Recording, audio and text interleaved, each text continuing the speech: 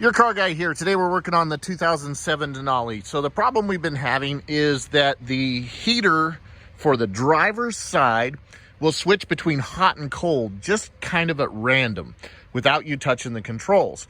And so summertime, you'll be riding along, you got nice air conditioning, all of a sudden it'll go to full heat. And wintertime, many times you'll be running along with the heat on and it'll go to full air conditioning. So the problem really is in the climate control head here has gone bad. Now there's several companies that offer replacement climate control heads. A new one's fairly expensive. This is a remanufactured one. Pricing kind of goes all over the board. This one ran about $180 with a $35 core charge, which means send back the old one. They'll give you back $35. So I'm going to show you how to replace this climate control head, and then we'll test it. The first thing we've got to do is take off this wood grain look plastic surround.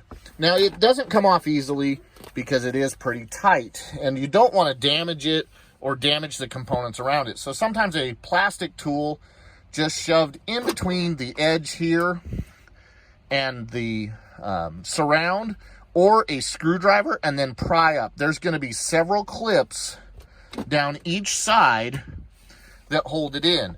So once we insert this and pry, it should pop loose. And if you just work your way gently down, you should be able to get it out without cracking or breaking it and without causing any damage.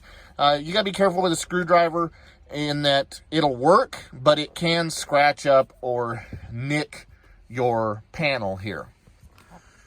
All right, I couldn't do it with one hand to show you how to get the first one undone, but once you have the first one undone, you can work your way around and just simply pop these panels out and work your way around until you have the entire panel off. So work your way around.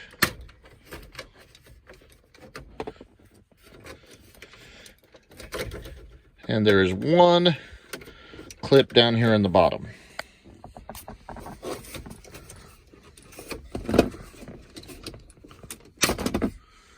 All right. Once that panel is out, we can now get to the screws that mount the control panel.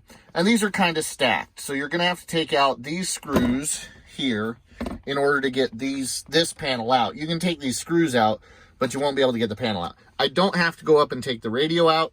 I just need to take out this lower panel, and then I can get this panel to come out. A 7mm socket will do the trick for removing the screws. All right, once I have those lower screws out, everything will just come right out. Now I've got to disconnect my 4 electrical connections, and what you do is you will squeeze that center tab right there and then simply pull away on each of the electrical connections. Now I don't have to remember which order these went in because each plug is unique and will only go in the correct spot. Now that I have the old one out of the way, I can simply plug in my remanufactured unit one at a time and plug in each clip until it locks, and then we'll be able to test the climate control.